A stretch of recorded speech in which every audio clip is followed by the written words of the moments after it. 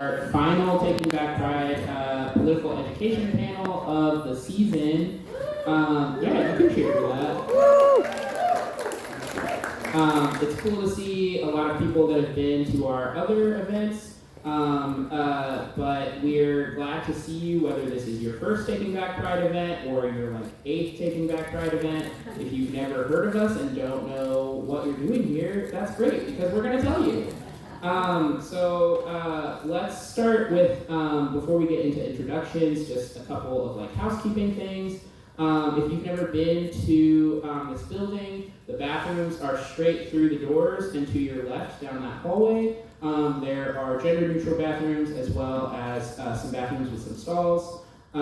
We have more food, so if you're still hungry, please feel free to get another burrito. And then we will have a Q&A at the end. So if you're somebody that is shy about asking questions, you can always write it down in your notes app on your phone, and then we'll have some time for you to ask it. Is that everything? Can people think of anything else that people need to know about the space? All right. So we're going to get started with some introductions before we get into our presentation. So my name is Jay Yates. I am a member of the Twin Cities Coalition for Justice, Freedom Road Socialist Organization, and Community Aid Network, Minnesota. And I'm also the co-chair for the Taking Back Pride Coalition. Taking Back Pride, if you're not familiar with what we do, is a coalition of different justice-oriented organizations around the Twin Cities that is fighting to get TC Pride to divest from problematic corporations that oppress queer people the rest of the year before slapping the rainbow logo on their stuff to market to queer people for Pride. We also fundamentally believe that Stonewall is the origin of our movement, and that we want to keep those politics not just alive, but at the center of queer rights organizing, because we are not looking for more diversity in our oppressors. What we are looking for is an end to oppression. That's a little bit about what we do. I'm going to pass it down to my other co-presenters. Hi everyone, I'm Shari. I use they, them pronouns, and I organize with Twin Cities Coalition for Justice and Taking Back Pride with Jane. Hello, my name is Jan. I use they, them pronouns, organizing primarily with the Minnesota Immigrant Rights Action Committee, or MIRAC, as well as Justice Frontline Aid and Unlawful Assembly. Hi, I'm Zhu. I use she, they, organize with Climate Justice Committee and supported Taking Back Pride and other AWC and American events as well. Hello everybody, Nick Metcalf. I actually work with Minnesota Two-Spirit Society and faculty over at Metro State. I'm Christine Hebb. I am representing the U.S. Palestine Community Network. I'm also part of Educators for Justice in Palestine, and I am a local physician and public health practitioner. Awesome. You will get to hear more about these incredible people a little later today.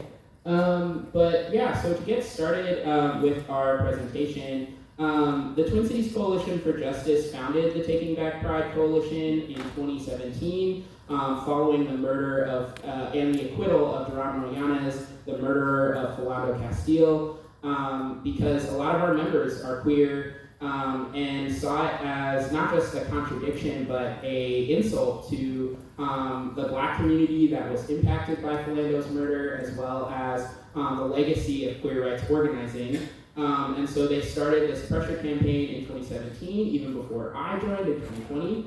And as the years went on, we realized that, a lot of the education in the queer community about queer history is really uneven. And that we needed to do more work to bring that educational content to our community.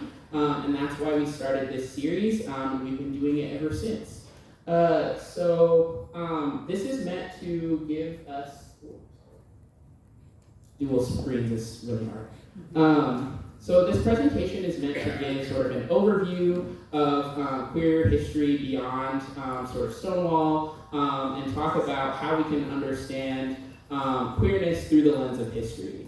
And so we'll be talking about some examples as well as modern struggles for queer rights in some of the countries and territories that we mentioned.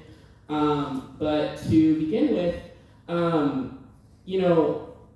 when we talk about queer history, there's often this impulse to say that we can't talk about queer rights in any other context than the modern context. And as somebody who's trained in history, I fundamentally disagree with this premise. I think that it's actually incredibly important to show people that while these identities might not necessarily be thought of as queer in the same way that we think of that today, they are part of the legacy and canon of queer rights organizing and are part of the through line of queer people throughout history. And despite attempts to erase, simplify, and whitewash queer and trans history, queer people have always been a part of human society around the world. It's important that we talk about this not just in the context of white people either, but also look at queer identity and its formation around the world. Sorry, I have to switch back every time. I want to move this slide. This slide is kind of talking about different identities that have existed in the Americas. Starting with Two-Spirit, which I won't say too much about so that we can hand that off to our expert on the panel. But Two-Spirit identities are indigenous-specific gender identities that have religious and cultural significance in those communities. And it's really important to include them in queer rights organizing because they often face many of the same challenges that LGBTQ people face, and often also face racialization on top of that. There are several different identities that were present in North America pre-colonialism. You can see them on the screen. Some of the ones that I find really interesting are the Crow Nation, talking about Bate people who were often seen as a bridge between two genders. Muke identities were in the Oaxaca region and considered a third sex, and many of these still exist today. I also think that it's really interesting how in the Chicano liberation movement, people are actively working to change language in those movements to include these third genders, because if we're not all free to bring our issues to our liberation movements, there's not really any point in having them, right?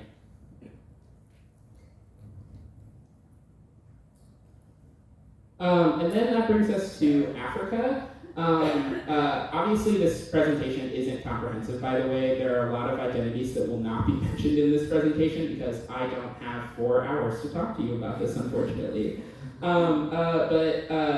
Growing up as a Black person in sort of Judeo-Christian circles, it was always told to me that, oh, that's white people stuff. Only white people are LGBTQ, and that's not for you. And that's just a lie that's told to us by colonialism. Actually, queer identities have always existed in Africa. They are some of the oldest third genders and gender identities that we know about. Some examples are Udako Dako, which is roughly translated as an effeminate man who often married other men and took up so-called feminine work in the community. Inkochane, which means male wife, is still used to talk about same-sex relationships in some regions of Africa. Motsoale, which is one of my favorite identities to study, which translates to special friend, is still used today to describe a particular homoerotic relationship between women in this tribal nation. And then Gordigan is men-women, which is usually used to refer to homosexual men. And again, many of these identities are still things that people identify as today. We shouldn't think of them as these bygone relics of another era, but that real people still use these identities right now. I'm going to hand it off to Jan for the next slide.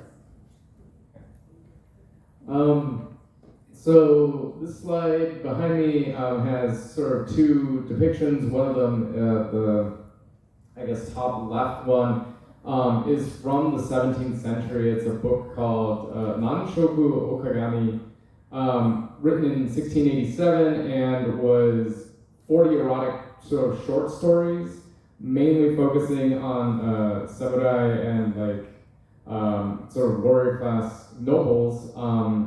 And then the other photo on the bottom right is from The Passion of the Cut Sleeves, which is a Han Dynasty era like romance novel about Emperor Ai, the 10th emperor of the Han Dynasty, and how bisexuality was basically an open practice within the upper courts of classical China. One thing to note, so when we're talking about like pre-colonial structures, I want to point out specifically the sort of indigenous religions to both Japan and China. So Shinto, and then the way of the Tao, and then Rujia, the Confucianism practices. In all three of these religions, none of them ever like forbade or had any specific references to homosexuality or most gender practices.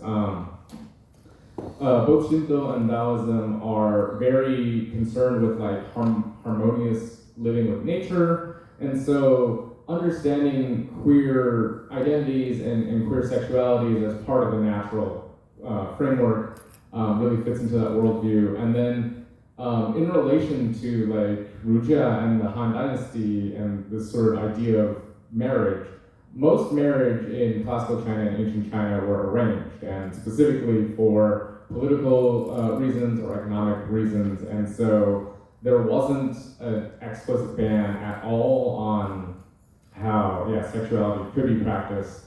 And so I don't know, growing up as a very traditional Chinese parents, it was kind of a taboo. But when you really look at what Confucianism is trying to get at, it's specifically about harmony within the home. So that's really the only like baseline stipulation that they have.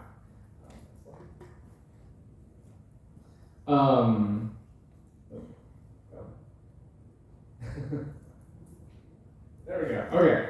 And then this extends out to South Asia and especially the Pacific Islands. For examples, again, all listed behind me. You have terms that range basically from Samoa out to different Polynesian islands spread across the South Pacific, and then the different peoples that populate the islands like the Niue and Tonga and Fiji.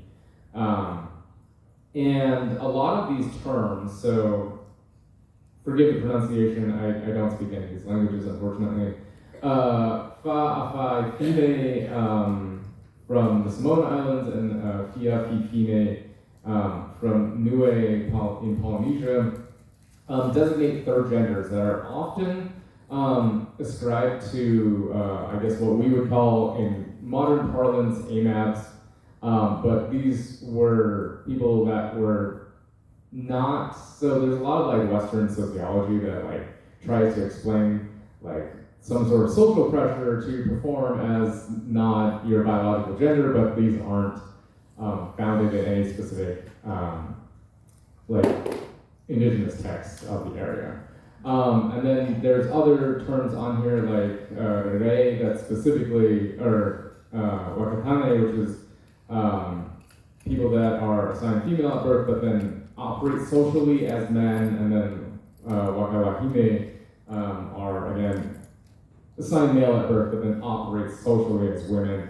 And then at the bottom there's also other terms like mahu and akane from various peoples in Hawaii, which mean dual or fluid gender, or like non-specific, also intimate friends. So it's always this idea of closeness there.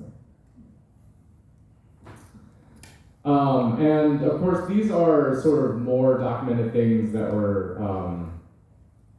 done through like European encounters. Of course, records of queer peoples stretches literally back to the first written record that we have of the Epic of Gilgamesh if you didn't know, Gilgamesh and Enkidu, like the main characters and main heroes, have like the literal first boys love drama, and I love it. And they're like fights and adventures, and it's just like, wow, we've been doing this for forever. And then OG Yowie, no, for real, OG Yowie, let's go. And then of course everybody knows that like lesbians and sapphics, these terms come from Sappho of Lesbos, who is a poet. And actually, so in anthropology, a lot of times documentaries will be like identifying skeletons, and they'll be like, based on these, you know, freaking hip ratios and like the hat that they had, this is a man, right? And this is a woman. But in reality, so there was a study by Pabe Ilongo from 2023, which they went over 1,252 different samples of human remains from the Neolithic and Bronze Age. So the earliest, like modern human, I guess, examples. And only 27% of these human remains had confirmed sex-gender alignment, and 30% of these remains had no sex or gender alignments, like, ever discernible. Like, this includes what they were buried with, but this also includes bone density studies. This also includes, like, again, skeletal dimorphism. So yeah, if any trans folks are like, the archaeologists in the future will be able to know what gender you are, the answer is we don't know what gender most people were, like, from our perspective already. Point being that there's lots of evidence to suggest that non-normative gender and sexuality isn't really rare. And that this current attack against trans people, or like the downturn in approval of homosexual marriage in the West, is really just contained to an ideology that is not universal to humanity. So. Yeah. If I could just briefly add something too, like, a lot of times something that I hear about, like, the United States, even when you bring up all of this evidence from around the world, right, is like, well, that wasn't happening in the US. You're just like mapping on like a different culture's concept of gender onto us. And it's like, no, girl, that's not true. We have one of my favorite examples of a black person who is actually famous for advocating for the rights of women and advocating against rape is Frances Thompson, who was the first black and transgender woman to testify before Congress. And she testified in the 1800s following the Memphis massacre, in which hundreds of black homes and businesses were destroyed by white supremacists. And her testimony was actually instrumental in codifying protections for black people during Reconstruction, even though those were quite quickly abandoned as Reconstruction was. And there's also just like so much evidence to suggest that, like Jan said, this gender panic that we're seeing play out in the past couple of decades is completely manufactured. There's no reason to think that trans people popped up like 10 years ago, if you know anything about history at all. So I just wanted to add that. Okay, so yeah, colonialism ruined everything is, I mean, I don't, you can't not oversell that, for real. And yeah, so, I don't know, where do I even start? So let's just start at the beginning with Portugal. No, that's not the beginning, James.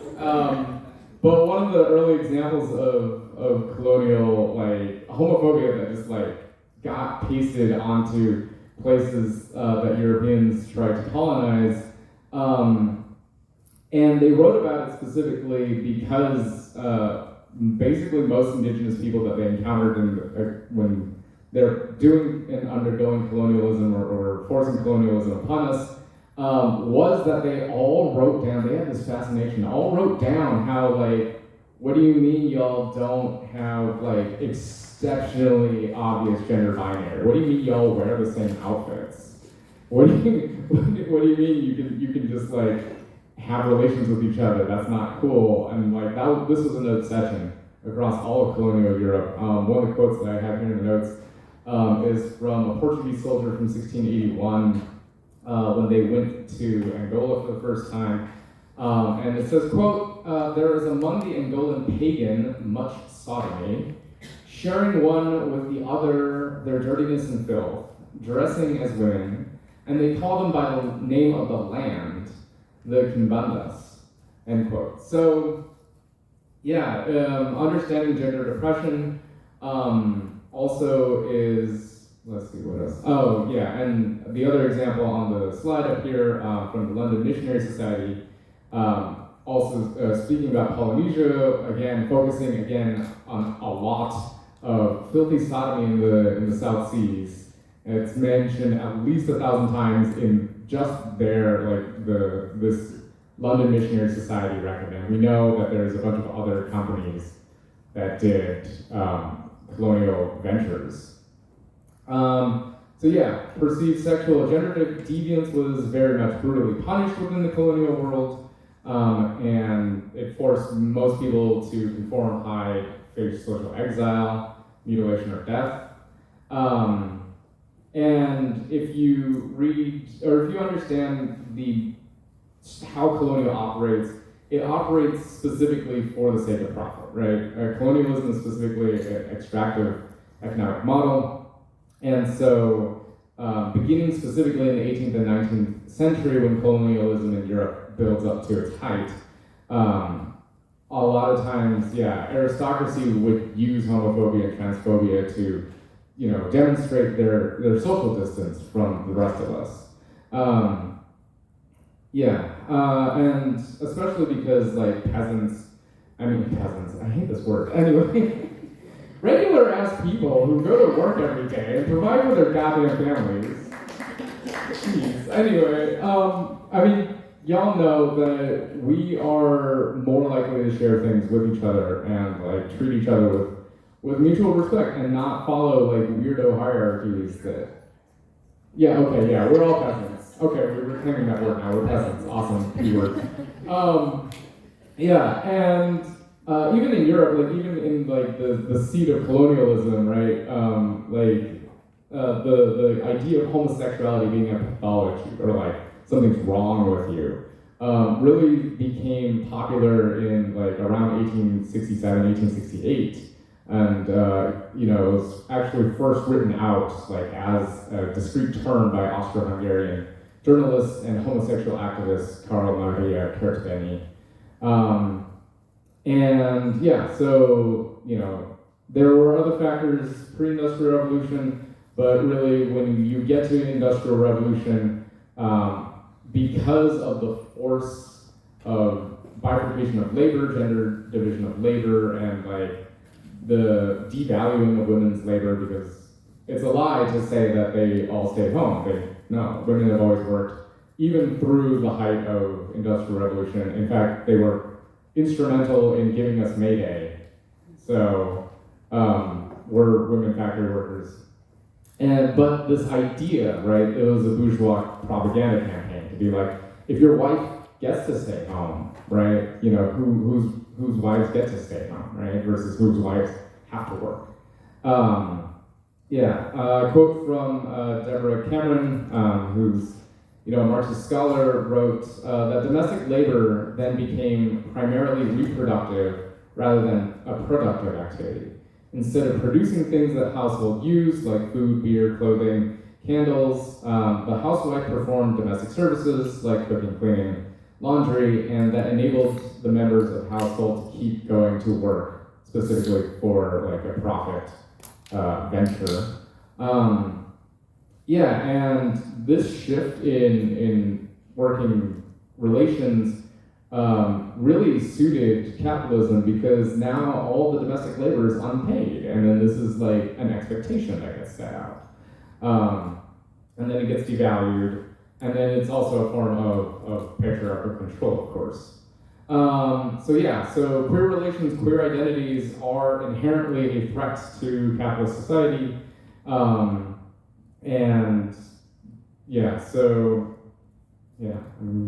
I'm going to skip that last part then, because I think we'll get to it.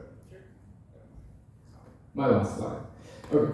So now that there's like a historical understanding of the sort of basis of gender stratification, we're going to move on, or I'll hand the mic off for a discussion on gender oppression that we currently experience in the modern age. Oftentimes there's sort of like a liberal understanding of gender oppression is where we start, right? It's very obvious that our society is sexually and gender bifurcated. I personally always found that weird as a non-binary person. It did not make any sense to me. But yeah, it's critical to understand that this critique is also specifically anti-capitalist, and that political organizers who understand gender oppression need to also take that into account. Because a lot of the propaganda of like Make America Great is to return to some sort of mythical past, and that never existed, right? This is not about any actual historical period. This is about maintaining capitalist structures. And so, yeah. And then this gets exported out to other countries like now from the US. One of the examples, and this is probably on one of the slides later, Republican politicians like Tim Walberg go to countries like Uganda and then were like very fundamental in getting like Ugandan homosexuality death penalty instated. And there's other examples, I think most recently Ghana, this also happened. And you know, when you look at which parties in Ghana were pushing for this, and then you look at their funding source and you're like, oh wait, these are like Anglican church orgs, these are evangelical church orgs that aren't indigenous. And so they're like, where did this idea come from? Well, anytime Christian missionaries nowadays, this is what they're actually doing and not fake building houses. If you actually, there's a whole like extra layer of economic structures where basically missionary house projects, the majority of them, there's essentially a shadow construction team that gets hired to redesign and fix the houses that like your 18-year-old white kids go to build, you know, wherever they go. Because of course, yeah, because they don't know how to do construction. They're not trained. Why would you think that? No, hello, that's a fantasy, completely. Yeah, and then so it also demonstrates a lot of times like what, or is a foreground for like what other labor and political interests then get exerted in those countries, right? And this is, yeah, essentially how colonialism has always operated. So nothing new there. Yeah, and it's worth mentioning too that like this this subjugation of queer identities, the erasure of what we would understand as queer people throughout history, it has a function. Like colonial strategy relied heavily upon this cultural disruption, or the process of destroying the culture of the colonial subject, which makes them easier to brutalize. It makes them easier to subjugate, because they are both disconnected from each other literally, and the social processes by which they understand those relationships are also disrupted. When we talk about the material basis of gender oppression, kind of like Jan was saying, I think a lot of people think this about a lot of forms of discrimination, that it's just about like people not liking that particular race or that particular gender. In reality, all of these isms that you hear about come from somewhere. They're not just sort of attitudes that people have, but they are structures in which we live, and they are rules by which people are often forced to live their lives. The material relations in social production are called the modes of production, and from these relations, certain social systems, like gender, are produced. Gender's material base lies primarily in the division of reproductive labor, like we talked about in the last slide, and our relations to the production of future generations. And to clarify, reproductive labor is any labor that aids in the production of the next generation. And some examples of that are housemaking, childcare, sex, and birth. To quote Nicholas Diaz, who wrote Gender and Its Abolition from a Marxist perspective, he says, gender is defined by how this labor is divided up, with the different genders being distinct classes which are expected to perform specific sorts of tasks regarding reproductive labor. What this means is that gender is not only a social construct, but that it arose specifically out of the material reality of labor relations. The same is true of sexuality. Even the biological basis upon which gender is constructed is itself a construct. Now, some people might get a little lost when I say something like that, but when you think about the fact that science is a process of scientists observing reality and making meaning out of that using data, but they also bring their own biases and their worldview into that interpretation. And so our understanding of sexuality as bi-gender is totally a function of that process and not some sort of like natural reality. And we can see this in the fact that like it doesn't bear out in nature. On a planet where like lizards can like reproduce asexually and also shoot acid out of their eyes, like it's just kind of absurd to be like, yeah, there's only two genders and there's only two sexes. Even among humans, there are about 40 relatively common gender and sex variations that we can observe in the population. It's just not true that they're anomalies or something that hardly ever happens. And speaking of different species, how many of them do you think have strictly dimorphic, which means binary in this context? How many species do you think have a strictly binary sexual presentation? Somebody can just yell out a number. 10? None? Yeah, none is the right answer. Yeah, like every animal species on Earth displays either genetic or social deviance from binary sexuality. And so, like, it begs the question, where does this idea of the heterosexual nuclear family come from?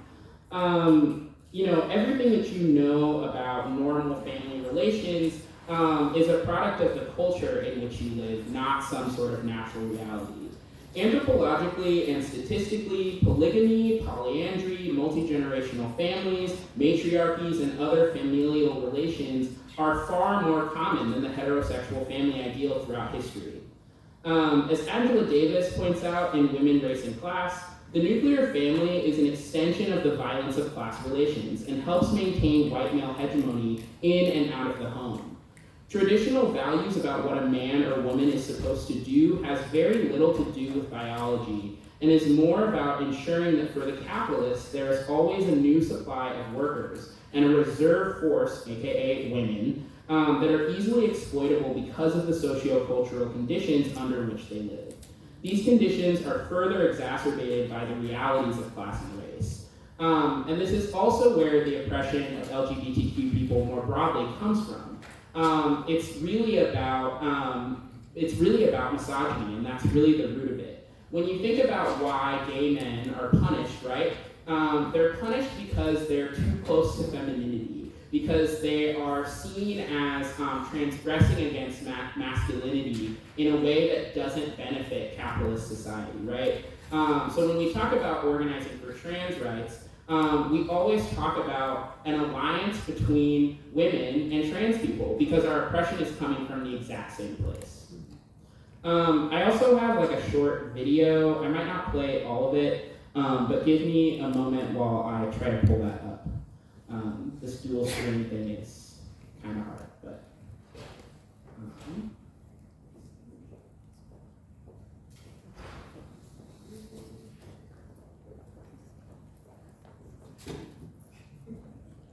Is it gonna load? Yes. Also, we love PBS.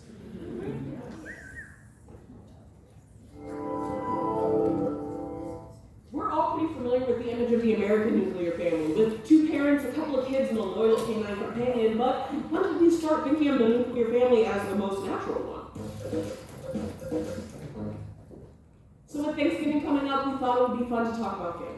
It's safe to say that most of us know more than a few families that don't fit into the typical nuclear family mold. Yet despite this diversity, if asked to describe a prototype of the American family, a lot of us will still recall images more reminiscent of Leave It to Beaver than anything we've witnessed in real life. But if all of us can imagine or know families of all shapes, sizes, and styles, then why does the expression nuclear family still get lobbied around to represent some sort of idealized unit? Well, before we dive into the incongruous history of the family structure with the same name as the center of an atom, we should ask ourselves, what is the history of family structures before the idea of the nuclear family became the shorthand for normal? So this answer varies based on time period, region, and culture. Kinship, or the recognition of relationships between people within the same community or biological family, plays a huge role in how we define our family structure. And yes, everyone all over the world has a biological ancestry, but who and what we call our familial relations is not that cut and dry. In the Iroquois system, your father's brothers were also your father, and your mother's sisters were also your mother. In the Combination kinship system, your mother's brother's daughter, who we would call your cousin, is also called your mother. And in the matrilineal Majio culture in northern China, women freely chose their partners, and who your biological father is not considered very important at all. Frequently, your biological father wouldn't even live with you, and your mother's brothers often fill in the role of a father figure. Plus, all of this is frequently even more complicated by language barriers. So if you think your family structure is weird, trust me, it's not. But in terms of European history, from the 1500s until the dawn of the Industrial Revolution, it was common for peasant families in Northern and Central Europe to live in two-generational households consisting of the parents as the older generation in charge of the family, and the children as the second generation. That was also because kids were a big part of the economic structure of the household, working with their parents to sustain the family's livelihood. At any given point in time, only less than 10% of these peasant families lived intergenerationally, in part because a lot of the grandparents didn't live long enough to make this a reality. And by the end of the Middle Ages, most families in those regions were in the traditional nuclear format, owing in part to the influence of the Christian church-sanctioned monogamy.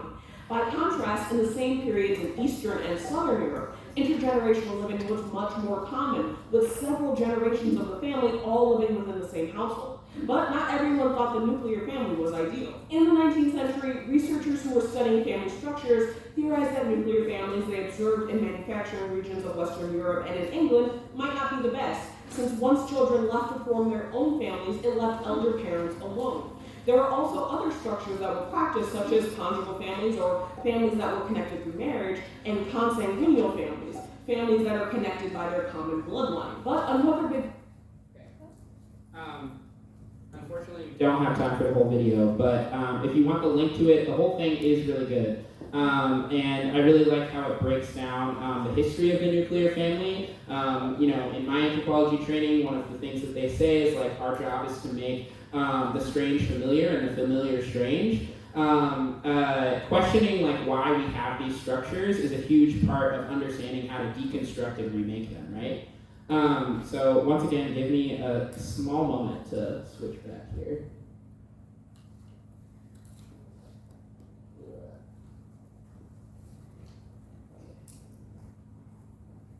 And so like, where do these ideas come from, and like how do they sort of proliferate through our society? Personally, I am a Marxist historian, and so that is how I interpret history. And I really like the way that Marx talks about this by calling it the superstructure and the base. So the superstructure, which you can see in the little diagram, grows out of the base and reflects the ruling class interests. As such, the superstructure justifies and reproduces the systematic inequalities prevalent in today's society.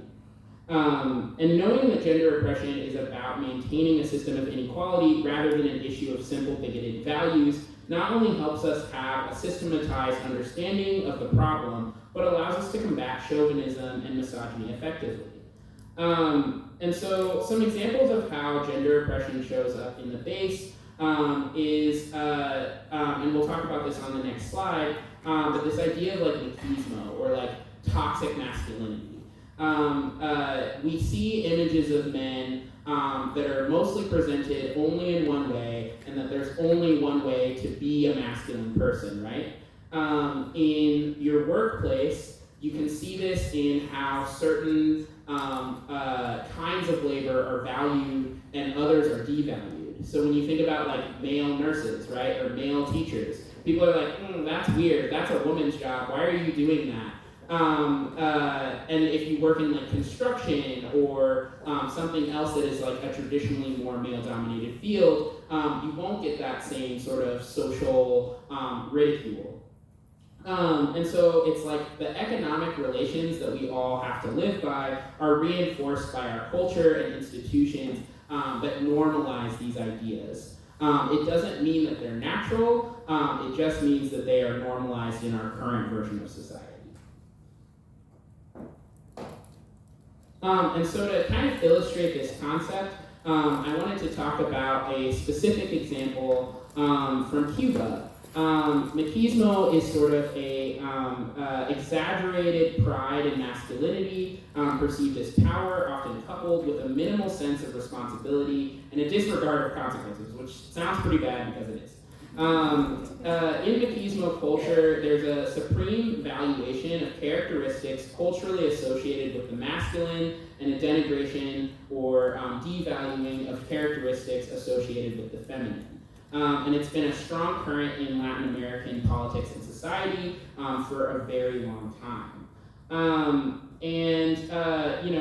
When Cuba had its revolution, a lot of those revolutionary forces, though they obviously were progressive for the Cuban people as a whole, they had a lot of wrong ideas about homosexuality and queer people that contributed directly to them being oppressed, even post-revolution. And so people in Cuba who were LGBTQ faced continued repression under the new communist government.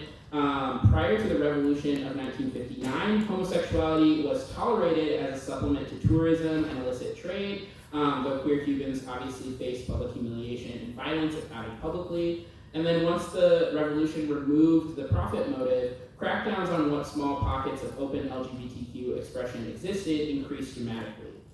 And aside from like general persecution, the most egregious and notorious example of queer oppression in Cuba post-revolution was the UMAPs, or the Military Units to Aid Production.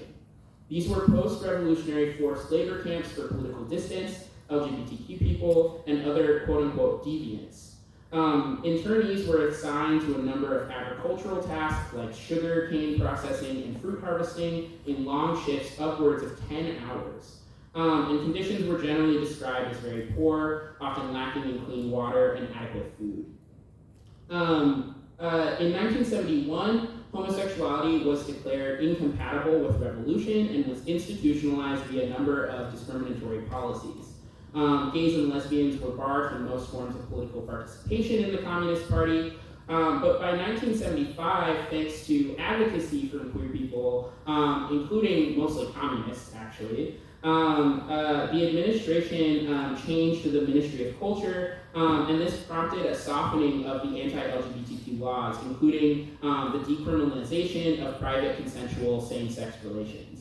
By 1988, the Public Ostentation Law, which prohibited public expressions of homosexuality, was repealed, and discourse about the persecution of LGBTQ people became much more widespread. And in order to address this history of persecution, the Cuban government created the Family Code, which, after the Assembly passed the code unanimously, a popular referendum ratified it. And the vote was cast vastly in favor of the new code, with 66.87% of participants voting for the code, with a turnout rate of 74%, which is like unheard of in an election in America. Our voter participation is somewhere around 40% of the population, so 74% of people coming out to vote for this really shows how much work the party did to popularize this idea. And the code is extremely, it's one of the most progressive family codes in the world. It recognizes and protects 4 kinds of households, including single person and nuclear families, but also extended families with different caring relationships that include grandparents, aunts, uncles, cousins, or partners. It also recognizes compound households where more than one nuclear family lives together. Like I said, thanks to campaigns organized by LGBT Cubans in and outside of the Communist Party, Cuba now has a robust system of education around sexual health and political identity, though there is still much work to be done to combat reactionary ideas and religious groups. But the reason I wanted to share this example is that, one, you can have a society, right, that is founded on these problematic ideas about queer people, but it doesn't have to stay that way. People did a lot of work to combat this idea of machismo, and it turned out that that was better for everyone living in the society. Not only did men no longer have to adhere to this unattainable ideal, and women are sort of free from the consequences of adherence to that, but it also opened up pathways for more acceptance in the society. And so you can only really do that when that society is committed to change, which a lot of socialists and communists objectively are. So I'm going to hand it over to Shari for the next slide. So when we analyze gender relations through these lenses, it can seem less strange when we hear things from evangelical bigots in the US, because it makes a lot more sense. The panic that we see play out in our daily lives, the fear of queer and trans people that is described as a return to traditional values is not a return to anything real, but rather a maintaining of the system of gender relations that benefits the ruling class in the way that we've illustrated. And so women and queer people have a basis for solidarity because our oppression comes from the same source, monopoly capitalism. And so it's our duty to fight against homophobia, transphobia, and alongside with women's liberation once we recognize that we have this same fight. And colonized peoples have been resisting for a long time restrictions of sexuality and gender put on us by colonizers during and post-colonization. And one of the ways that I would like to illustrate this on the next slide is from my own experience growing up in Jamaica. The picture we see here is a picture from Jamaican Carnival, which is a tradition from the Caribbean, primarily from Trinidad and Tobago. And this history of Carnival across the Caribbean is about resistance, joy, and pride. The celebration has its roots in slavery, when plantation owners would celebrate Mardi Gras and have masquerade balls, which enslaved peoples, of course, could not participate in. So the enslaved people began traditions of their own. During Mardi Gras, they would paint their faces and their bodies in mocking mimicry of the plantation owners and have their own music and dance rooted in African traditions. And this practice was, of course, strongly abhorred and opposed and repressed and banned by plantation owners. However, the enslaved people found ways to continue. And one of the ways that it was banned or described as problematic is because the plantation owners, the colonizers, described it as savage and overly sexual and not fit for public behavior. And even after emancipation, they continue to restrict this sexuality and this expression because it's just so savage. And yet, still in defiance, they continued. And so this is a huge part of Caribbean culture today, and it shows how sexuality is so rooted often in resistance because it is often what the colonizers try to use to control us, to control the way that you demonstrate your gender, you demonstrate your sexuality, the ways that we can connect and feel connection with each other. And so I learned a lot of this history and a lot of my own coming into my body, and my sexuality was a part of this. And one of the things that feels very connected about this for me on the next slide is you can see the similarity of how this looks a lot like Pride. And the story is very similar. The gay pride liberation movement, as we were saying before in the US, comes from the Stonewall riots that took place in 1969 in New York, in Manhattan. And this was, again, repression by the oppressors of our sexuality, of our gender. And it's the roots of what we are doing at Pride today. And so it's the same story over and over again, and it's the same story that connects to why the state and the government and the colonizers still want to say that homosexuality, that gender needs to be binary, all of these things need to align in this way because it's about social control and repression. And so when we talk about the state of LGBTQ rights around the world, considering this, a lot of the anti-LGBTQ bills that we have currently, for example, increasing in, we have 800 anti-LGBTQ bills of varying stages right now in the US, 44 of them in Minnesota, and in countries with high rates of LGBTQ persecution like Georgia, Malaysia, and Uganda, queerness is literally punishable by death, as was mentioned before, and this is the work often of Christian missionaries. But we are seeing a shift in how queer liberation shows up in organizing spaces, from anti-war to immigrant rights. More and more masses of people are seeing how queer liberation and the end to all gender-based oppression creates a freer and more just society. Even as reactionary sentiments in America continue to rise, life gets increasingly dangerous for us. The masses overwhelmingly believe in preserving human rights and bodily autonomy for queer people. 7 in 10 Americans favor laws that would protect LGBTQ people against discrimination in jobs and public accommodations and housing. 56% of Republicans favor non-discriminatory provisions for LGBTQ people. 65% of Americans support marriage equality, including 35 to 37% of Republicans. 60% of Americans oppose religiously based refusals of LGBTQ people, and majorities of almost every major religious group oppose allowing religious-based service refusals. And so, as we see that this fight has been long and constant, we also see that the pendulum does swing in the direction of more acceptance, and really what we need to get to is an understanding of this is really just finding the truth that was always there. And so one of the things we like to show on the next slide is just some ways to continue this education for yourself, ways to continue decolonizing our minds and seeing the literature that queer people have been writing to help us understand our lives, our histories, and different ways to think about gender and sexuality. I will not read that list. Take a moment to take a look, take a picture if you'd like to. We'll actually just leave this up during the rest of the panel until we get to Q&A. So that's kind of the end of our very brief introduction, or we try to be brief, very compact, let's say, introduction to this topic. And now we're going to hear from some other activists in our work about some more specific examples of what we just gave an overview of.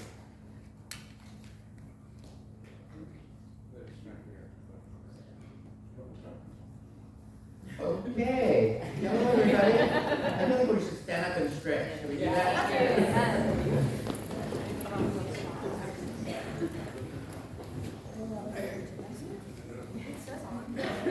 I can't raise my arms.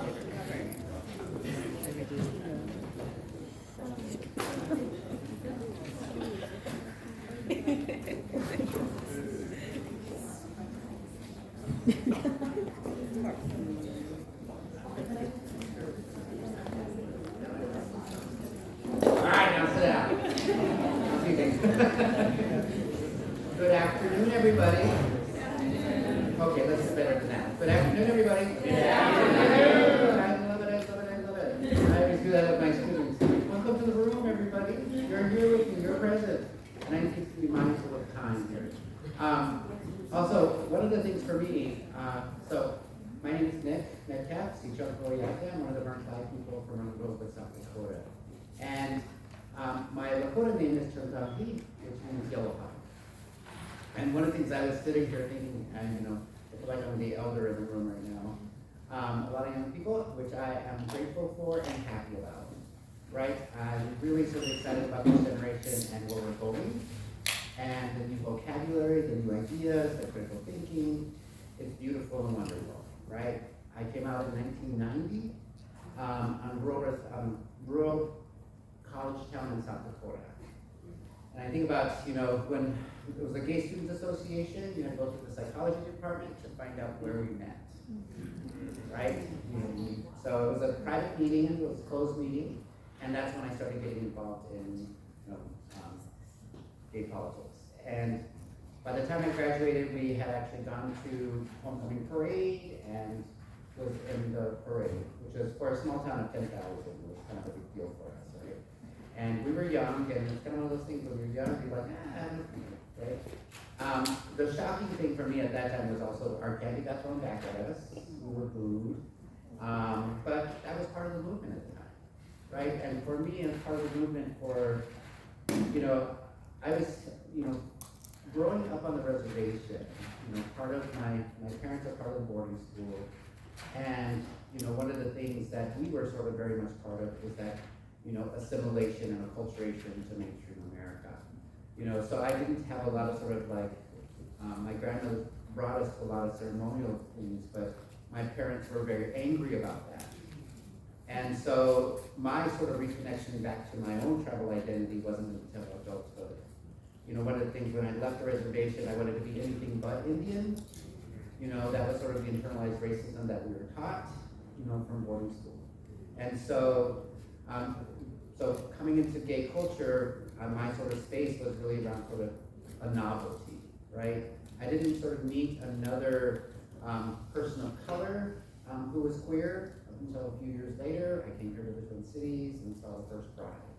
And I was like, wow, there are brown people too who are gay, right? And it was sort of like, wow, this is amazing. And then I met the first Native person. I'm like, there really are people like us, right? And begin to uncover and discover a new language for myself.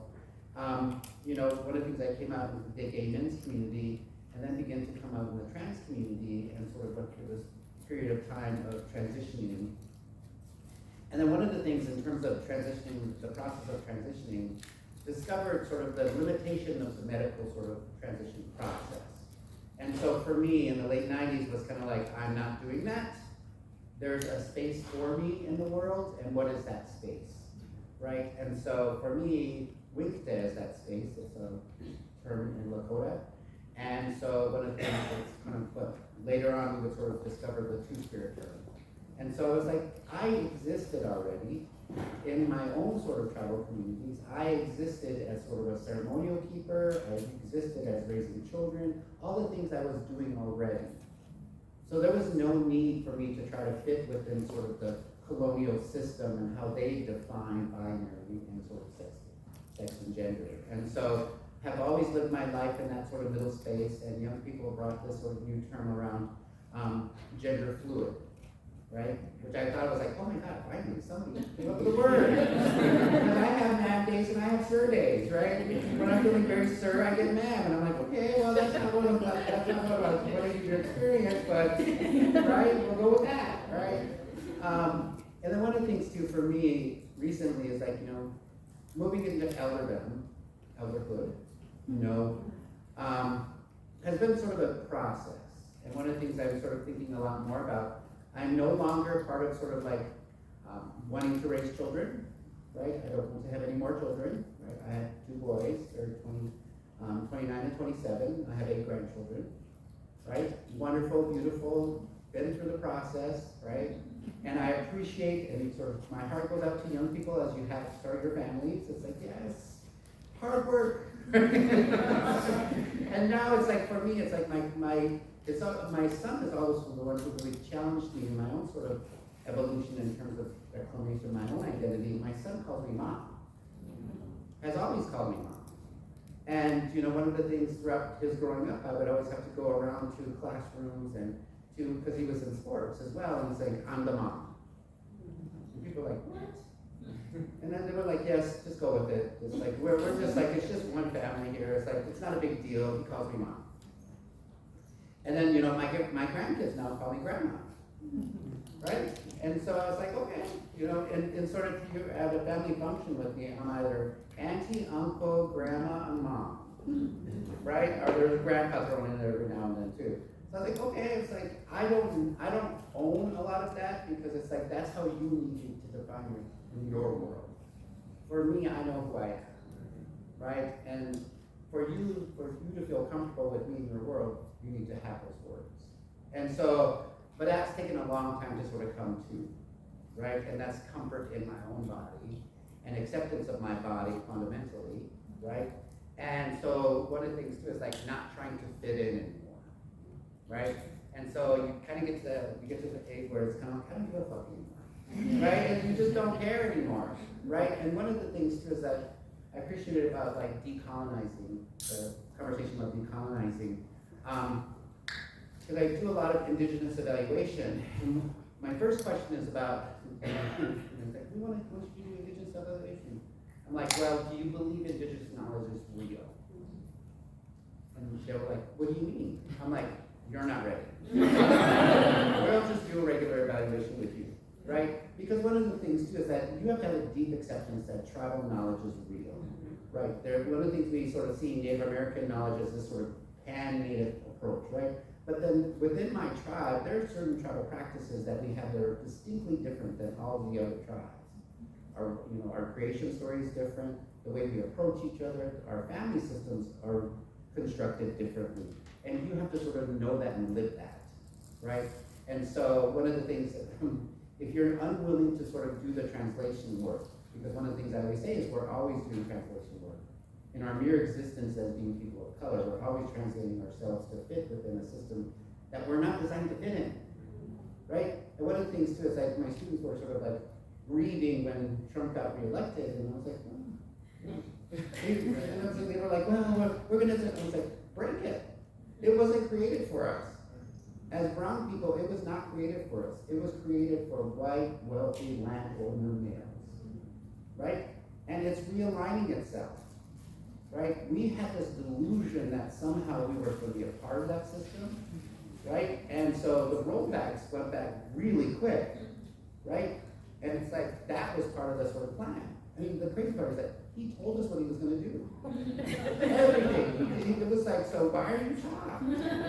Right? And so it's like, for us, one of the things I think is beautiful in the work that everybody's doing here is like, we need to lean in with each other. That's where solidarity and where we win, right? Is where sort of the more we sort of understand each other, lean into community, and understand that this is where the power lies. I mean, all of us have gone through Metro Surge. That was an amazing experience. From one, sort of seeing what our community can do and what's possible, right? And the community care that sort of showed up, right? I was out walking and my neighbor said, ISIS is down the street. You better get inside. So I get inside. And then my neighbor in the apartment building said, ISIS on the floor. Let me walk you to your apartment. That was scary.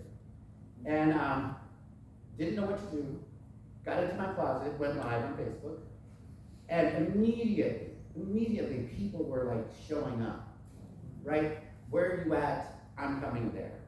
Like just that quickly. It wasn't even sort of like, it was not a conversation, people showed up. After that, I got to know my neighbors. When I walked my dog, they were like, I want you to check in with me when you leave your apartment, right? That's the amazing thing that, they thought they were going to scare us, but what they did was brought us closer together and showed us much more of our humanity. And so as we sort of decolonize, and I always say when people bring up the term decolonization, I'm like, we're just recentering our thinking. That's it. Like recentering your own traditional knowledge. And when I'm teaching comparative race and ethnicity, I said, if you want to meet a colonized person and a successful colonization, meet a white American. Colonization is about erasure, disconnection, of racial identity. And so meet a white American, because one of the things, a lot of my white students struggle about even there's a colonial system, right? And I'm like, you have ancestors, you have story, you have grief, you have trauma in your background. You need to rediscover that. And they say, oh, well, I have this sort of diversity of background. And I'm like, isn't that beautiful? Lean into that beauty of that, right? Because if you're sort of Scandinavian, if you're German, if you're English, that is beautiful. There's a story there. But also there's tragedy in that story as well. There's exploitation, there's sort of indentured servitude, that sort of happened as well. And the sad part is that you're unwilling to sort of hear your ancestors. The ancestors that are sort of screaming for to be realized again, right? And so if you get quiet enough, you'll hear them. You'll hear the song, and one of the things I'm big on right now is like really leaning in with our queer community and sort of reminding of what a gift we are. One of the things I grew up with this idea about, my mother always said, is that I was special and that I needed to go out and meet people like me. Because, you know, at home they were not ready for me yet because of boarding school and all this other conversation stuff. And then for me now, it's like reminding queer people, it's like, you are a gift. Like, how special is that? Like, you were born inherently with these sort of, what is sort of your gift that the ancestors have given you, and what are you offering the world, right? I think I need that.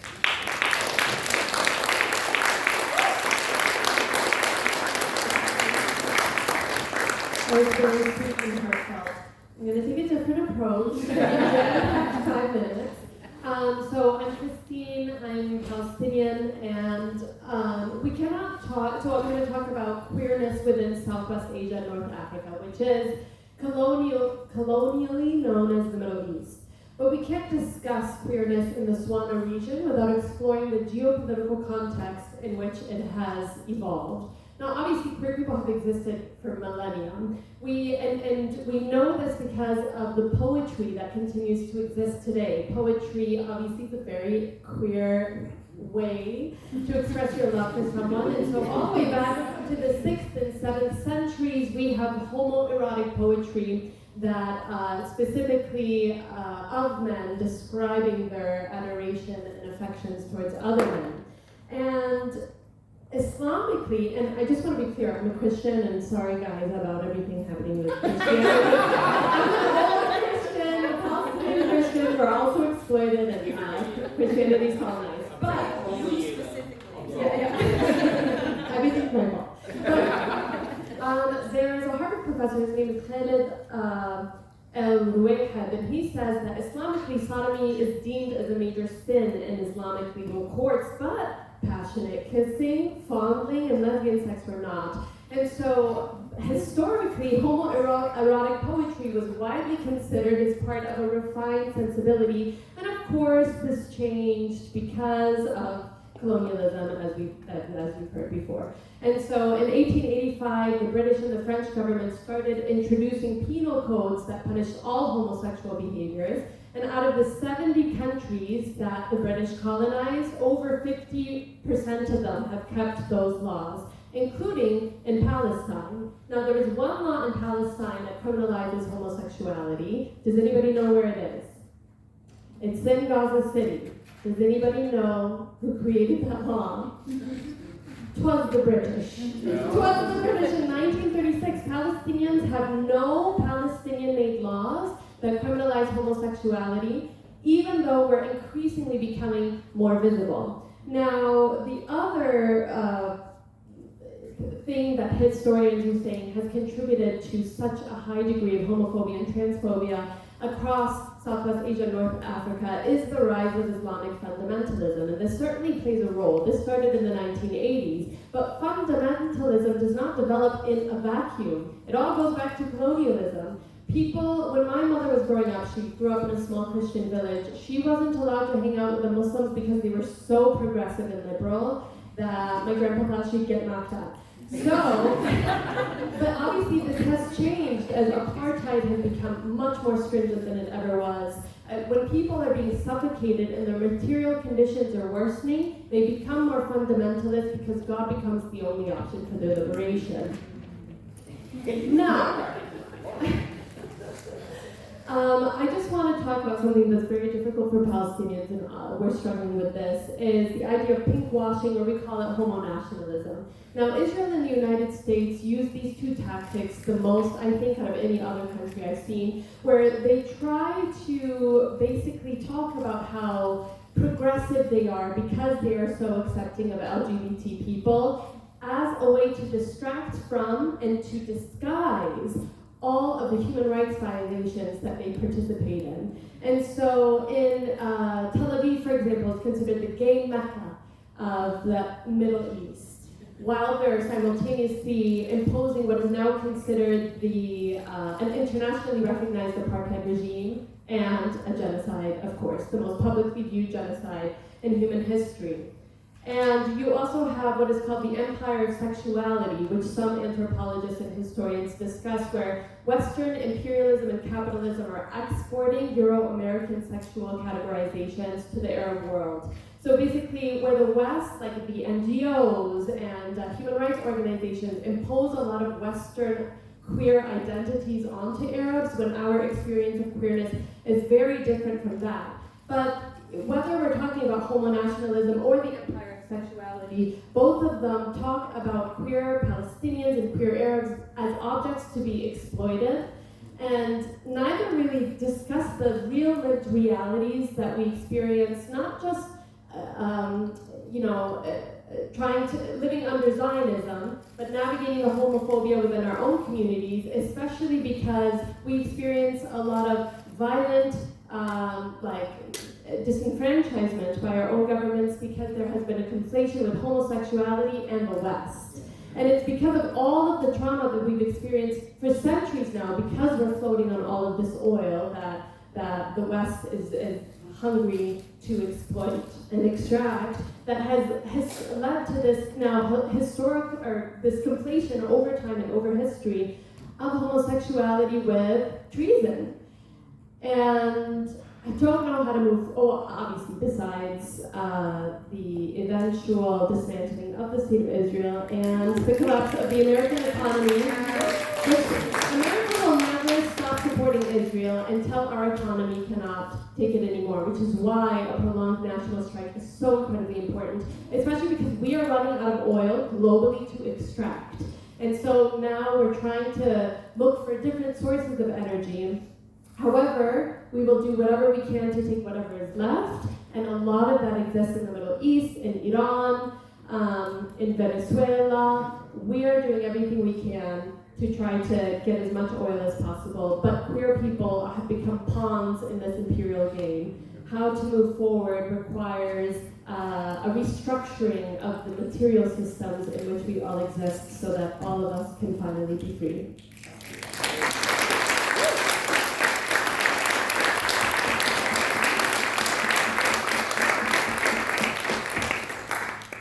Hi everyone, my name is Zhu.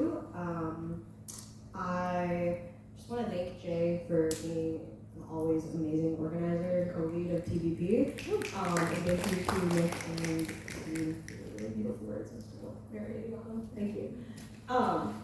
So I'm going to talk really briefly about Chinese queer history, my own experience, and then in my professional life I work in policy and I'm going to bring a anti-colonial lens to that as well.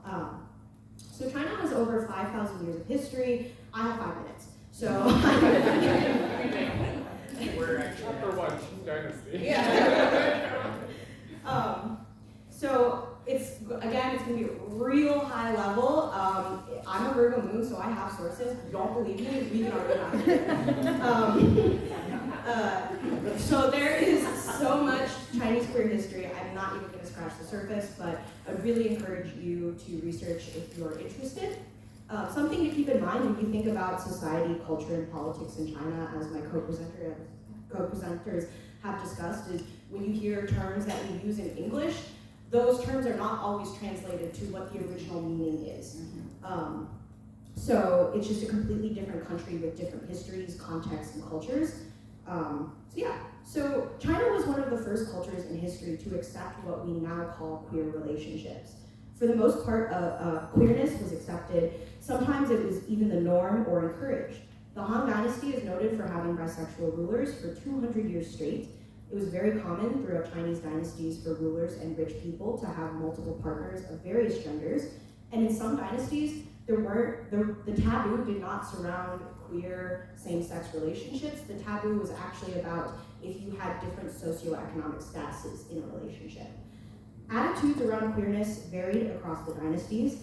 The reasons for this differ, but one of the most consistent reasons across the dynasties, as Yang described, was the prevalence and applications of Confucianism. Confucian philosophy conflated queerness with what was considered vulgar sex and violence, and some of that philosophy still influences Chinese culture today. It's not US conservatism like, I'm a Catholic and I hate minorities and I love the cops. It's more about modesty and anything regarding sexuality and not making waves in a group. It's a very collectivist culture, and so the default is to prioritize whatever is seen as not making waves over your own personal, and I'm being very intentional about using the word personal as opposed to individual, personal expression. Misogyny and oppression of women in ancient China was, again, really big. There are not as many historical records of sapphic relationships as there are same-sex relationships with men. However, the Song Dynasty has records of Buddhist and Taoist nuns having sex with each other, so shout out to them.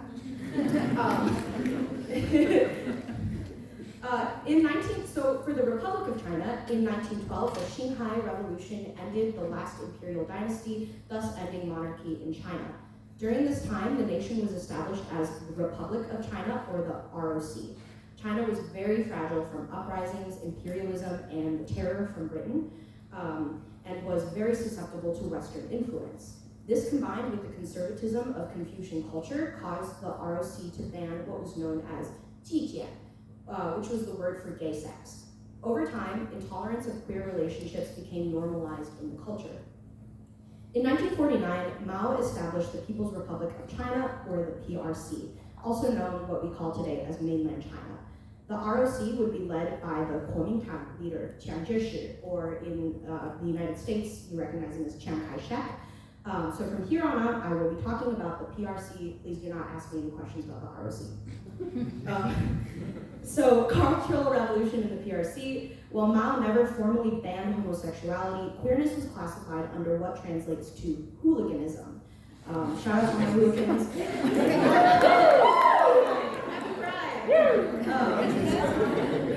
You can read various accounts of queer people who lived during the Cultural Revolution, and you will find varying experiences. One of the things that I see as a Chinese American is this very United States tendency to group all Chinese people, all Eastern Asian people as a monolith. We are obviously not a monolith. And so when you look at, oh, well, the queer experience in China, there is no one queer experience in China or among Chinese people or Chinese Americans or amongst the Chinese diaspora. You will find varying experiences, and the Soviet Union had a heavy influence on China's culture. Homosexuality was illegal in the Soviet Union, which was another influence towards homophobia in China. Feminism was one of the cornerstones of the Cultural Revolution, though there was a lot of separation of organizations by gender in the Mao era. So even though queerness was kind of kept invisible during that era, keeping all of these women together and all of these men together low-key encouraged queer exploration, so we will always resist and find a way. So Deng Xiaoping then formally criminalized hooliganism in 1979, thus criminalizing homosexuality. The progression of queer rights was very non-linear during the Deng Xiaoping era. However, an unfortunate AIDS crisis swept China in the 1990s and 2000s, which led to the CPC, which is the largest political party in the Chinese government. There are multiple, if you did not know. So the CPC collaborated with many Chinese queer advocacy organizations to end the crisis, spread education, and provide care. And in 1997, the Chinese government decriminalized homosexuality. So now I'm going to talk about a little bit about queer rights in contemporary PRC. So when I say liberalization, I do not mean your neoliberal anti-poor policies. I don't mean your Kamala's brat, like the good guys are your liberals, okay? Like, please. I literally just mean liberalization in the sense of loosening cultural values. So post-cultural revolution, China has liberalized in terms of how they culturally and politically treat queer people. I have spoken and built relation with many Chinese queer people, and they have shared that a lot of the fervent homophobic groups in China are right-wing Christians. Western Christianity is not native to China. That is an extreme Western influence. Queer Chinese activists have said that queer rights in China are no different than how they are here in the United States. We portray China as this dystopian empire, but what's different about hello, the call's coming from inside the house. In China we say that when you point a finger, 3 point back at you. So, one of my close comrades sent me a video from a trans creator on Xiaohongshu named Lao Ansuan. They go by Theo in English spaces. Yeah, shout out to Theo. Theo talks about their experience and perspectives with medical systems, culture, and policies as a queer trans person in China. Theo is very optimistic of the direction of queer rights in China, and in his experience, he has seen a blend of cultural conservatism and acceptance, and advancements in policy and health care for queer folks. In 2021, the University of Shanghai opened its first clinic for transgender youth. Chinese queer activists say this is a good first step for queer and specifically trans people in China. Jennifer Fang, a Chinese trans independent filmmaker, made a short documentary called A Day of Trans, or 跨越性别第一天. This was in 2021, that explored the lived experiences of 4 Chinese trans people and how they navigate their professional lives, community involvement, social barriers, queer activism, and their own philosophies as individuals. So I just want to share a quick quote from Professor Li Ying He. They are a really important Chinese queer rights activists from the Institute of Sociology under the Chinese Academy of Social Sciences. Quote, I think the biggest challenge for queer people is not the ban of their activities. Governments do not do such things anymore. Well, maybe in, like, I don't know, maybe in the US they still will, but their biggest problem is the deep root-rooted culture of oppression in China that overemphasizes so-called family values. We refer to the phenomena as being family-oriented, whereas Western countries are more individual-oriented. This means in China, you should always prioritize your family value in life. Where there are conflicts between family values and personal joy should also give way. So again, China has a different cultural landscape, so family values is not a dog whistle for right-wing Christian nationalism. It literally just means within your own family system, the culture is to appease others. So for example, in my family, my mom is perfectly accepting of me being queer, but she has explicitly asked me to not tell my grandma that, because that, like, my grandma's homophobic. So something to note about things you hear in the US media about China and queer rights. The US loves to pink wash, as Christine was describing. The US loves to destabilize and garner hate towards country under the name of social advocacy. I remember seeing this performative outrage of queer suppression in Chinese social media. It was framed in the West as this evil CPC crackdown on the LGBT. But what actually happened was Weibo, a Chinese version of Twitter, was conflating queerness with pornography and graphic violence. This is an example of how Confucianism still influences social conservatism in China today. So queer advocacy groups actually worked with the CPC to criticize and push back against Weibo, resulting in Weibo reversing the suppression of queer media. So please trust that queer rights in China are being worked on by China's own queer communities. I think this is something that white queer people really need to learn. Being queer in the US does not make you an expert on what being queer in any other country is like. And unfortunately, I see a lot of queer colonizers making that conflation. So just quickly to talk about my experience as from a Chinese cultural perspective. Again, we're not we're not a monolith. But I was raised Buddhist, and in our cultural practice, there are 2 prominent energies. They are not the only energies, but they're kind of the most pervasive, most prevalent. I think we don't really think of things in terms of masculinity and femininity. I think colonizers often project the lens of gender onto this energetic and spiritual concept. Another thing colonialism does is think about things in binary. So there's a misconception that yin and yang are good and bad. In reality, they are complementary or dynamic energies, reminding you that balancing your qi is key, as Yang was describing. In reality, they are, yin is more fluid, soft, and gentle. It embodies the moon, and yang is more assertive, decisive, and embodies the sun. The closest English words to this are feminine and masculine because this colonial language is so gendered. And that does not encompass all the elements of these energies. So for me, I identify with all of these elements. I'm part of the universe, I'm part of Mother Nature, I am my ancestors, and I am my personal self. My pronouns are not just, and my gender identity are not just a reflection of how I want to present to the wider society, but it's a reflection of my higher self. It's a way to express my queerness and my spirituality. My spirituality is directly connected to my culture. And I contain multitudes. I don't fit within social constructs. Also, as an Asian American queer woman, I'm expected to be submissive and quiet. And if you know anything about me, you know I'm none of those things. So I just want to talk quickly about policy, as that's like where my professional life lives.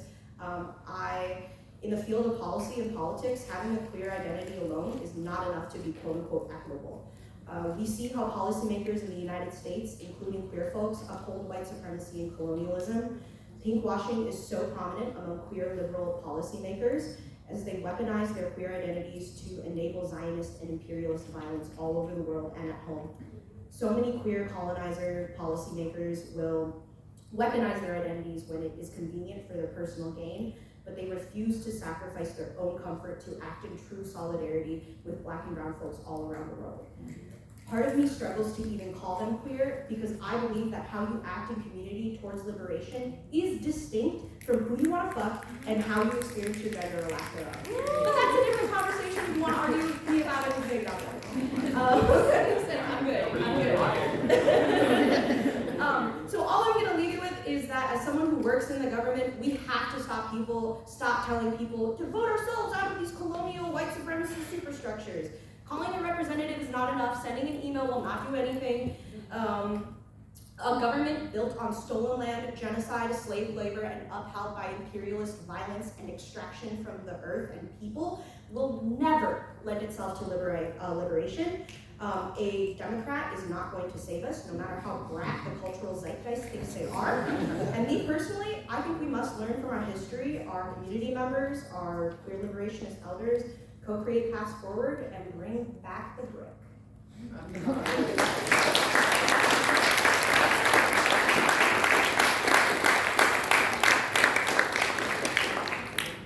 Okay, another round of applause for our other three panelists.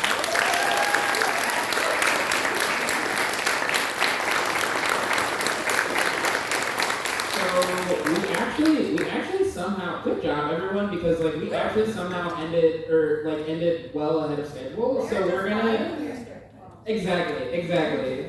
And so we're gonna have some Q&A now.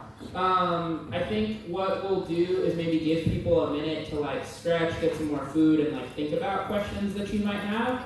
And then we'll just jump right in and have someone run the mic around to people that want to ask questions.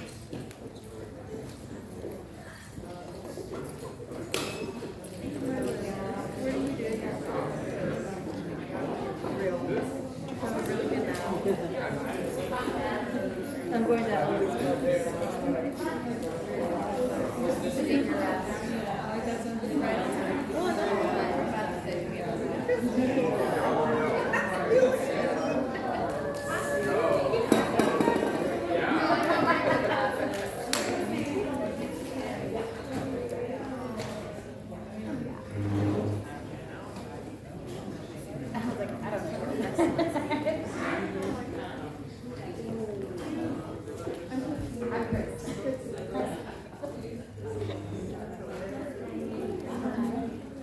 All right, let's reconvene for some Q&A.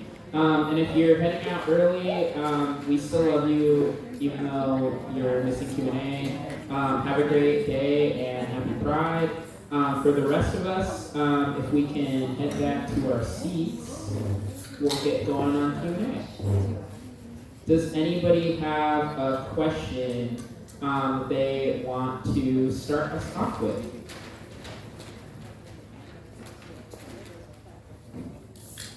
You can ask about stuff that you heard in the presentation where you're like, Jay, why did you put that in there? I don't know what any of that means. Or you can ask a question directed at our three panelists who spoke at the end. You can ask us whatever you want.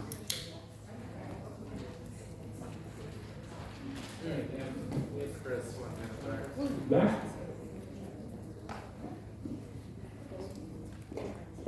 Hi. So what are some of the strategies that you're putting together, you're suggesting to take back our freedom? Anybody want to start off? Otherwise I can. I would answer that by saying in the work that I do, which is primarily combating police brutality, which Black and Indigenous people are most heavily affected by, but that affects all of us, including white people. In that realm, we're fighting for community control of MPD specifically right now. And the reason that we're doing this is because the current oversight structure is one in which the police are wholly unaccountable to their own policies and to the people that are paying for them to exist, which is us, right? Also, from a queer perspective, I think that there's this myth that like the police magically aren't queerphobic anymore because like Stonewall is over, and that's just demonstrably untrue. Even in Minneapolis, we have situations where queer and trans people face attacks, whether from the community or from the police, and it's totally ignored. Nobody talks about it, there's no restitution, nothing. One example of this is Relasia Wright, who was brutally murdered near Powderhorn Park 2 years ago. Her friends, most of them queer people, against their own wishes, went to the police, tried to give them tips, tried to tell them about Relasia's life, who she knew, in order to get leads in the case. MPD largely ignored them, and to this day still hasn't given her family or friends any update on the case. It remains unsolved. And so like these are just examples of how when we don't have any control over a system, we are giving the people who do have it free rein to continue to use it to oppress us. The only way to stop that process is for us to take power away from them and to have it in our hands. And so that's why we don't, in TCC4J, push for these kind of piecemeal reforms or call for more body cameras or for more diverse cops. We understand that that will not solve the problem. The thing that will solve the problem is the people having domination and power over that police force. So that's just one way. I would say too, taking back pride is another way. I can't be liberated as a queer person in the United States while my government blows other queer people around the world and non-queer people to smithereens for profit. If our Pride Parade is funded by companies that destroy lives abroad, it's not worth having it. It's not worth having the biggest parade in the Midwest or whatever if it means exploitation of other people and if it means that we're funding our own oppression. So those are two ways in my work that we're addressing this issue.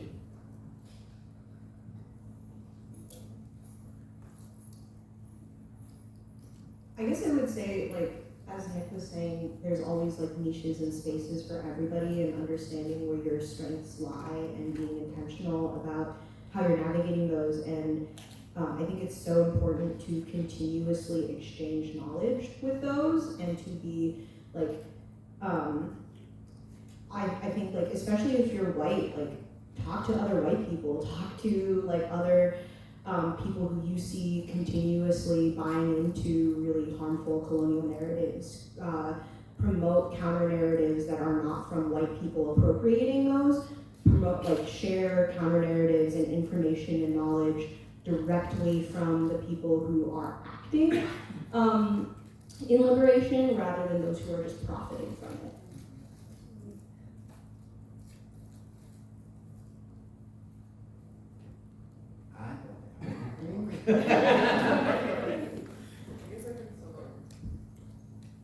I can sum up, which I think is a good follow-up from Ju, education, which obviously is what we're doing here, but I think a core thing at the root of why we're doing this here is people literally don't know. People literally don't know that the corporations that are funding Pride are corporations that for the rest of the year do things that are anti-queer and anti-environment. People literally don't know that Stonewall was an anti-police violence protest, and so why would something that is the legacy of it invite cops to that? People literally don't understand the colonial systems and structures they're in, and so we cannot even begin to start to fight against what we don't understand.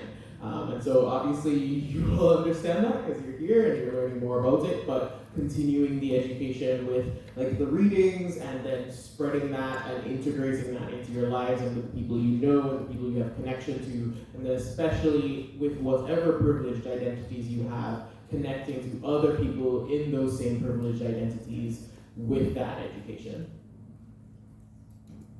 I want to just touch on the education point a little bit more. So I've been professionally an educator for most of my life.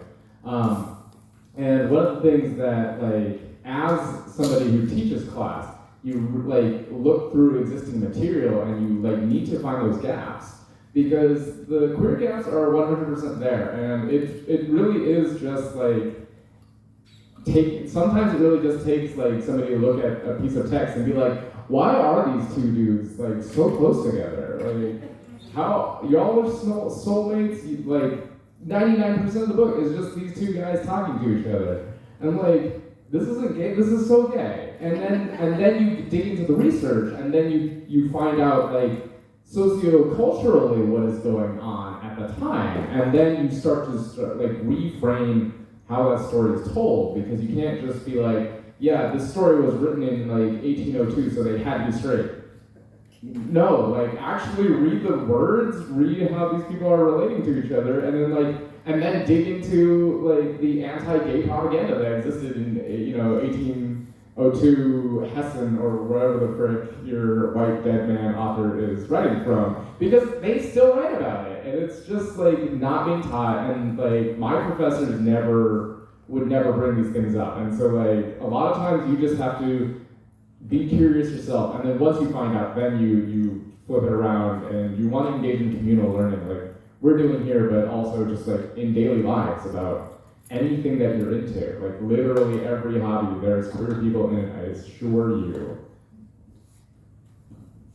One of the things I think is really fascinating is that, for me, it's like we colonize each other, right? And we're continuing, and one of the things I always think about, whenever we're sort of measuring somebody's life in terms of what job they do and how they're contributing, right? And so one of the things I think about, we don't allow people rest and recovery, right? And one of the things when I'm teaching my social work students, it's like, you need time down. Like you need to sort of, if you're going to enter this sort of healing profession and offer your gifts to people, understand what your gift is and how to protect it and how to preserve yourself for the long haul, right? We bear witness to lots of trauma and sort of tragedy, and our task isn't to sort of, we're just there as a guide.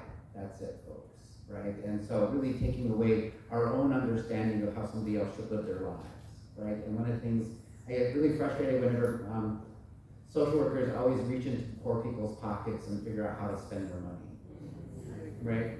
And then they have these questions about like hair, like why is she doing her hair, or why is she doing her nails? It's like, why is that your business? Like, why are you digging in somebody's pockets and telling them how to live their lives? And one of the things for me is also, we always look at this sort of notion about the LGBT community. Our community is incredibly divided. And so for me, I play in softball, the Twin Cities Good Times Softball League, and it's a very white, cis, upper class space, and very male space. And one of the things, so bringing a bunch of brown people into that space has been it's been a journey. And last year was the World Series was in San Antonio, Texas, and we went to the World Series before, intertribal. We had like 8 tribal nations on our team, 2 spirit folks. And it was sort of interesting. They asked if we were going to go last year. I'm like, what are you going to do if ICE picks us up? Oh, why would they pick you up? I'm like, wow, like how disconnected are you from the world, right? And that's privilege, right? And one of the things too, it's like, I thought it was sort of interesting. I joined the Pride Board back in the early 2000s as part of an effort for Power to People Stage, which was sort of this collaborative of people of color at Gay Pride. And I was actually the executive director of a Men of Color organization here in Twin Cities, the only LGBT serving people of color organization. And it was fascinating because at that time, the Pride Board, I mean, the meetings were in a bar, people would be shit-faced by the end of the meeting was over, right? And they were all trying to figure out like what the party was, and Spud was the sponsor, everybody was happy because it was caves, and I was like, oh my god, like this is what we're really doing. Yeah. Right? And one of the things too is that me being the non-white person in the room didn't get invited to a lot of things, right? But yet for me, showing up was important, right? Whether you want me there or not, I'm gonna sit in the same room as you, right? And I'm going to tell you what I think, and you're gonna be nice and uncomfortable, right? And so that's one strategy, right? And one of the things too is like I've appreciated, you know, as I listen to folks here, I'm thinking to myself, like, y'all need to join the board and like transform that board and take over those seats one at a time and then turn the shit over, right? One at a time, right? And it was interesting because earlier this year they had given me the award for Person of Color, BIPOC Person of the Year award. And I called the, because there was an event, and I was like, well, you know, can I talk to somebody? Apparently I'm getting an award, I'm not sure like who I'm supposed to be talking to. It's kind of like out of the clear blue, it was like an email message I get. I was like, how did I even get nominated? How did I even considered? They're like, who are you? I'm like, I'm Nick Metcalf. I'm like, I'm receiving your award? Like, what do you want? And I was like, well, I need to know like the details of where the event is if you need me there, right? They didn't even know. And one of the things too is like they sent me a notice about like, we want you to come to the parade. I'm like, what does that mean? Like, no, I don't want to be in your parade. Right, the token brown person. I was like, no, I'm good. Like, I'm really good. Thank you for the award. I went to the event, and I took my family with me, and we were like the only table of people of color. Like, it was all white people.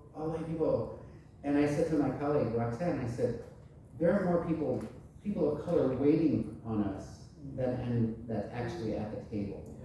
I'm like, how fucked up is this? Like, there's more brown people waiting on us, right? And people were so not even aware of that. And like, this is privilege and money. I mean, they dressed up and everybody was dressed really nice. And I was like, okay, this is not my people, right? And one of the things I always think about class, people don't talk about like, even your sort of trajectory from if you're part of working poor in poverty and you move to middle class and upper middle class, that is a process. There's a cultural experience that happens and occurs, and there's a loss that occurs as well, right? Because one of the things too about privilege is that you have to negotiate your privilege. One of the things I always tell my students is that you are privileged. What do you mean? I'm like, you have an education. Right? And remember, you are part of the colonial system now, and you are sort of indoctrinated in the system, and now you're carrying those ideas in the world, and I need you to be critical about them as well. Like, are they working, and have they worked, and then do they not work? That's how you need to transform the system. And especially, one of the things too, a lot of my students of color really want to give up their sort of community's identity. And I'm always like, hey, don't do that, right? It's like, you're Somali, there's healing and there's other traditional practices in your culture. I'm like, bring those forward and teach us about them. And one of the things too is like, with medicine, we always talk about alternative medicine, right? It's like, no, that's traditional medicine, right? And it's like, why is that not centered? You know, one of the things too is like, in Western medicine, it's like, people get more sick than they do get well in participating in that system. And it's so limited in its approach and its sort of understanding. I mean, ask folks in medicine. We only know a little bit. But if you meet traditional knowledge practitioners, they have this vast knowledge that they've spent their lifetime cultivating. I mean, they start this work as little people, but yet, because you can sit in the classroom for 10 years, you suddenly are smarter than them. Let's try to take at least one more question.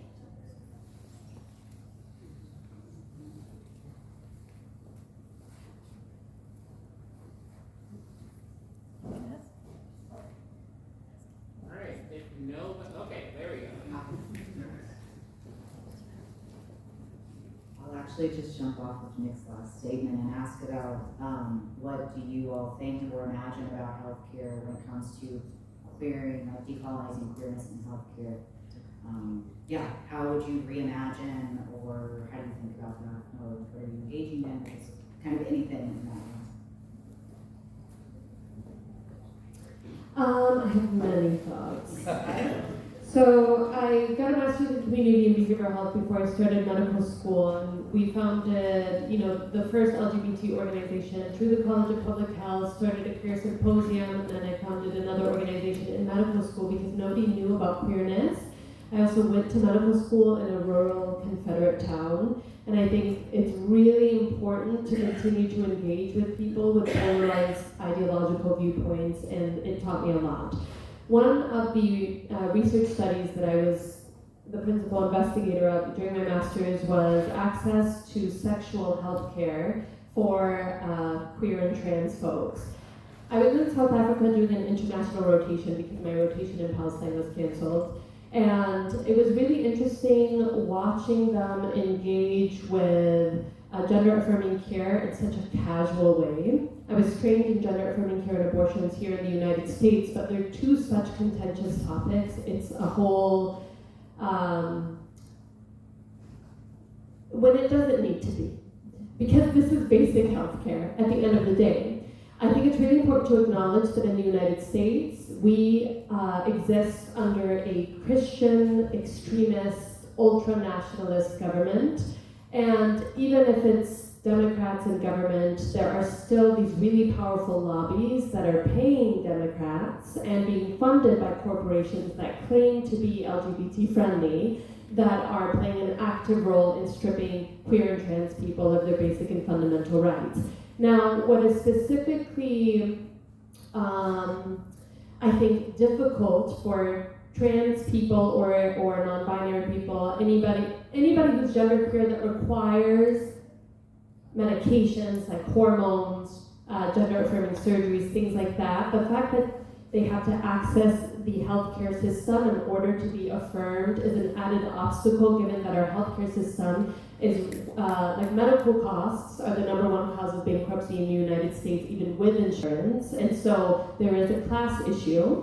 The second thing is whether or not insurance will cover, and the only way to get insurance to cover it is if we pathologize people who are trans or trying to access medical care. And so we're trying to play this game where we're continuing to reiterate the idea that trans people are ill or genderqueer people are ill in some way that requires insurance to pay the cost of the care that they need, when, as it's been mentioned before, the binary is actually extremely unnatural. Most flowers are bisexual hermaphrodites, clownfish change sex, male seahorses incubate their young. I mean, it is so limiting to suggest that we exist in a binary, existing without a binary is the most natural thing that could occur, because there's such beautiful variation that exists across nature, of which, believe it or not, we are a part. And so as it relates to the future of healthcare, in terms of decolonizing it, we have a tremendous amount of work to do, because the healthcare system has caused tremendous harm to countless communities. I don't even know where to begin, but I believe the first step is to universalize healthcare, but get rid of the corporations. I work for a corporation right now, and I did not think that I'd spend 10 years of my life to work in a cubicle, trying to negotiate with insurance companies. I ask everybody who comes into me, do you have insurance? Because I know that their cost is going to be tremendous, and the fact that insurance companies are determining the type of medical care that my patients deserve instead of the actual medical care that they need. Deserve was a wrong word. Everybody deserves the best healthcare, but the type of healthcare that they are willing to pay for.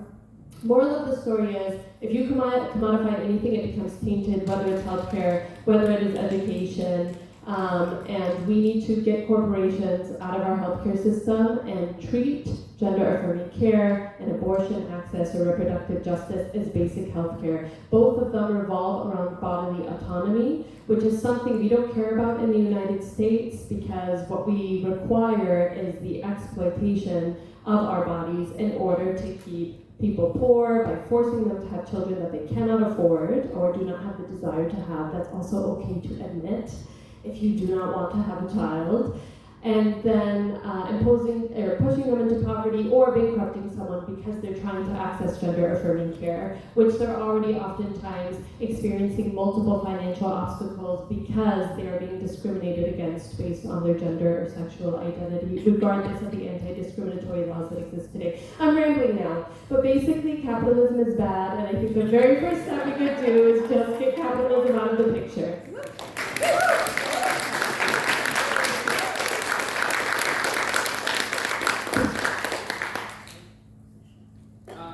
I would just add, that was amazing, by the way. Yeah. I 100% agree. I think that, like, one of the things, again, it's about, like, demystifying what gender-affirming care even is. Every single cis person on Earth accesses gender-affirming care.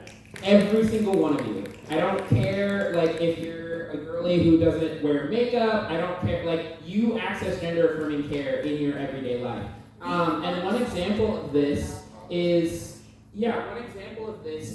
how we have an entire industry, an entire cosmetic industry around surgery that is specifically for cis people in order to make them more the gender that they were assigned at birth. The only difference between a woman getting a breast augmentation as a cis woman, I think this is better. I want to change mine.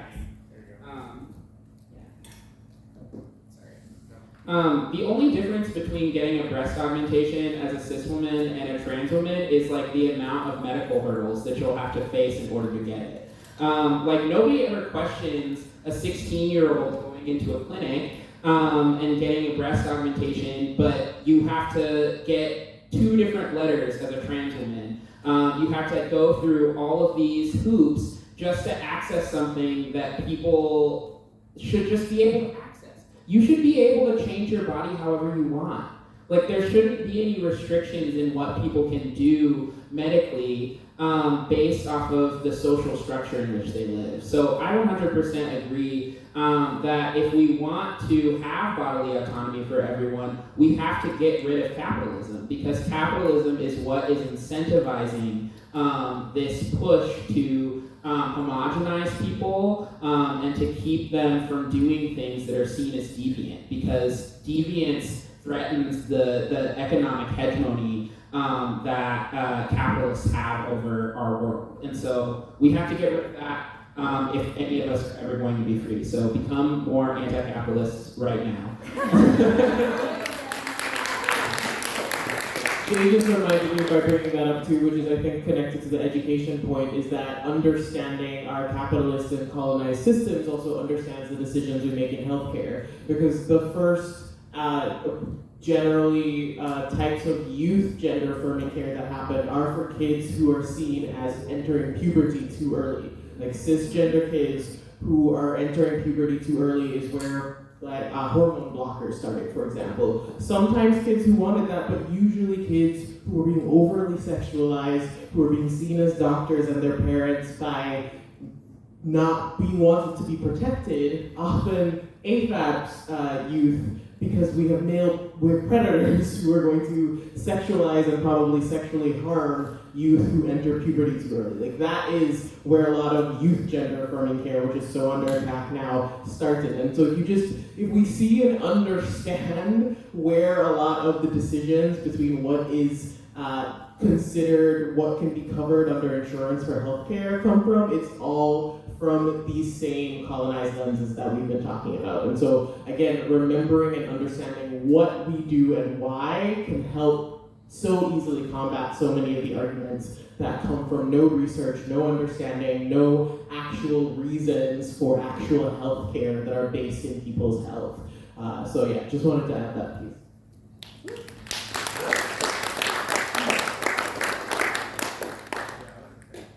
I was just gonna add one more thing, and that is like any time that you are presented with gender binary data, and like this is even, you know, like any, I don't know, I'm thinking of all of the like cis propaganda charts, that are like bell curves that are like, this is men's average and this is women's average. And every single chart that I've ever seen in my life, there's this huge chunk of overlap. And no one ever talks about the overlapping part. And I'm just like, so you're pushing this cis propaganda and you're saying, there's these fundamental, like, the biological differences. And I'm looking at the same graph you're looking at. And I'm like, so what about this? And a lot of times that's all that needs to like click for people's brains is like, look at this part of the graph.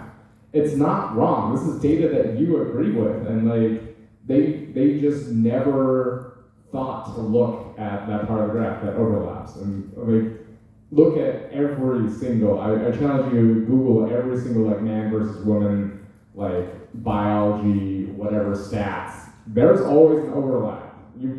It's natural. It is what it is. Just one more thing.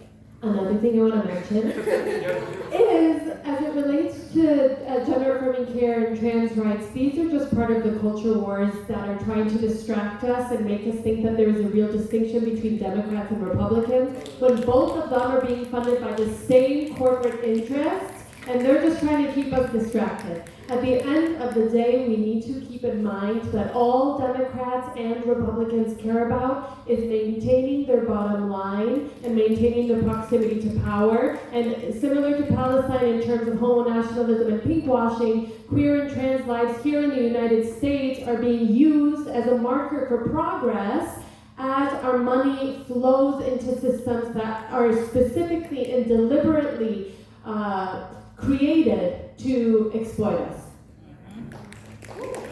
And also, like, it's kind of wild to be talking about queer rights in other people's countries when you have 800 laws criminalizing LGBTQ people in yours, like stoves, glass houses, etc. Yeah, the audacity is wild. In conclusion, I just want to. Oh, were you gonna add something here? I don't know. Yeah, go ahead.